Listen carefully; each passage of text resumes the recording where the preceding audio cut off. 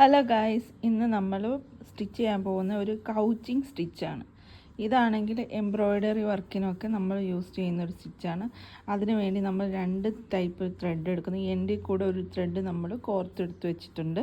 അതുപോലെ തന്നെ ഈ ബ്ലൂ കളർ ത്രെഡ് നമ്മൾ ചെയ്തിട്ടുണ്ട്. ഇതിൻ്റെ പേര് കൗച്ചിങ് സ്റ്റിച്ച് എംബ്രോയ്ഡറി. ഇതാണെങ്കിൽ നമുക്ക് ഈ ബോർഡേഴ്സൊക്കെ ഭംഗി കൂട്ടാനൊക്കെ നമ്മൾ മെയിനായിട്ട് ഈ സ്റ്റിച്ച് ഉപയോഗിക്കും. ഇതെങ്ങനെയാണ് സ്റ്റിച്ച് ചെയ്യുന്നതെന്ന് നോക്കാം. അപ്പോൾ നമ്മൾ കൗച്ചിങ് സ്റ്റിച്ച് എങ്ങനെ സ്റ്റിച്ച് ചെയ്യുന്നത് നോക്കാം. ആദ്യം നമ്മളിങ്ങനെ ഒരു ത്രെഡ് എടുക്കുക. അടിയിൽ നിന്ന് 2 ഡിഫറെൻറ്റ് കളറുള്ള ത്രെഡാണ് നമ്മൾ എടുക്കുന്നത്.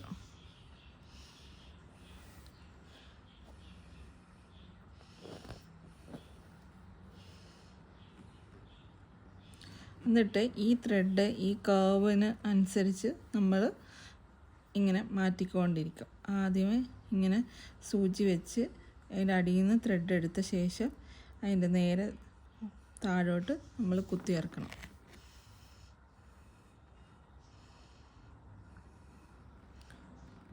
പിന്നെ അടുത്തത് ഇങ്ങനെ കേവായിട്ട് വരിക്കുക.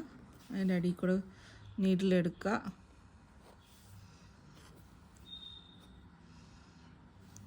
ഇതിൻ്റെ നേരെ ഓപ്പോസിറ്റ് കുത്തുക. അതായത് ത്രെഡിൻ്റെ മുകളിൽ സ്റ്റിച്ച് ചെയ്തിങ്ങനെ പോവാം. ഇങ്ങനെ നമുക്ക് ഇങ്ങനെ കർവായിട്ട് ഓരോന്നോരോന്ന് വെച്ച് ഫില്ല് ചെയ്തെടുക്കാം. ഇത് മെയിനായിട്ടും റിബണിനകത്തിലൊക്കെ ഈ സ്റ്റിച്ച് ഉപയോഗിക്കാറുണ്ട്. റിബണിനകത്തിലെ ലെറ്റേഴ്സിനകത്തിലൊക്കെ ഈ സ്റ്റിച്ചാണ് മെയിനായിട്ട് ഉപയോഗിക്കുന്നത്.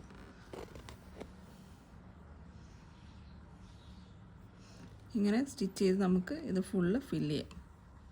ഇപ്പോൾ നമ്മുടെ കൗച്ചിങ് സ്റ്റിച്ച് വർക്ക് ഫിനിഷ് ആയിട്ടുണ്ട്. ഇത് നമുക്ക് കേർവ്ഡ് ആയിട്ടും സ്ട്രെയിറ്റ് ലൈനിലായി എന്നുണ്ട് ഇതുപോലത്തെ ലൈനിലായാലും നമുക്ക് 2 തരത്തിൽ നമുക്ക് ചെയ്യാൻ പറ്റും.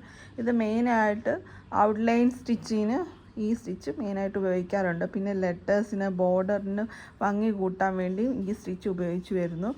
പിന്നെ ലെറ്ററിന് വേണ്ടിയും റിബൺസിൻ്റെ എൻഡിൽ സൈഡുകളിലൊക്കെ ഈ സ്റ്റിച്ച് ഉപയോഗിച്ച് വരുന്നു. ഇത് നല്ലൊരു ഷേപ്പ് നല്ല ഫിനിഷിങ് വർക്ക് തരുന്നുണ്ട്. സോ എല്ലാവരും ഈ വർക്ക് ഒന്ന് ട്രൈ ചെയ്യണം.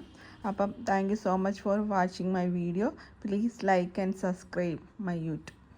Thank you. God bless you.